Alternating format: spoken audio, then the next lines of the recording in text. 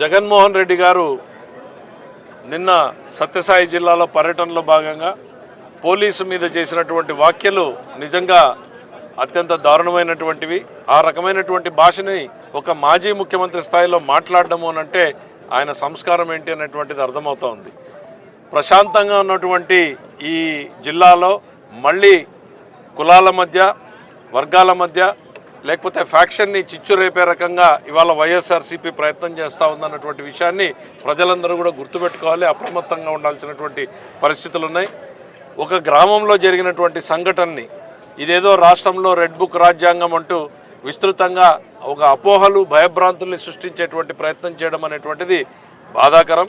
ఇవాళ చంద్రబాబు నాయుడు గారు రాజకీయ కక్ష సాధింపులు లేకుండా ప్రశాంతంగా రాజ్యాంగబద్ధమైనటువంటి పాలన ఇస్తున్నారు. తప్పు చేసిన వాళ్ళు ఎవరైనా ఉంటే వాళ్ళ మీద చట్ట ప్రకారంగానే యాక్షన్లు తీసుకోవడం జరుగుతూ ఉంది.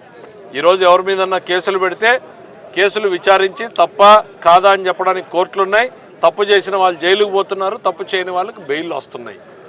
అంతేగాని ఇవాళ రాష్ట్రంలో ఎక్కడా కూడా పోలీసుల్ని స్వేచ్ఛాయుత వాతావరణంలో పనిచేసేటువంటి అవకాశం కల్పించినటువంటి ఏకైక ప్రభుత్వం చంద్రబాబు నాయుడు గారి ప్రభుత్వం. జగన్ గారి పర్యటనలు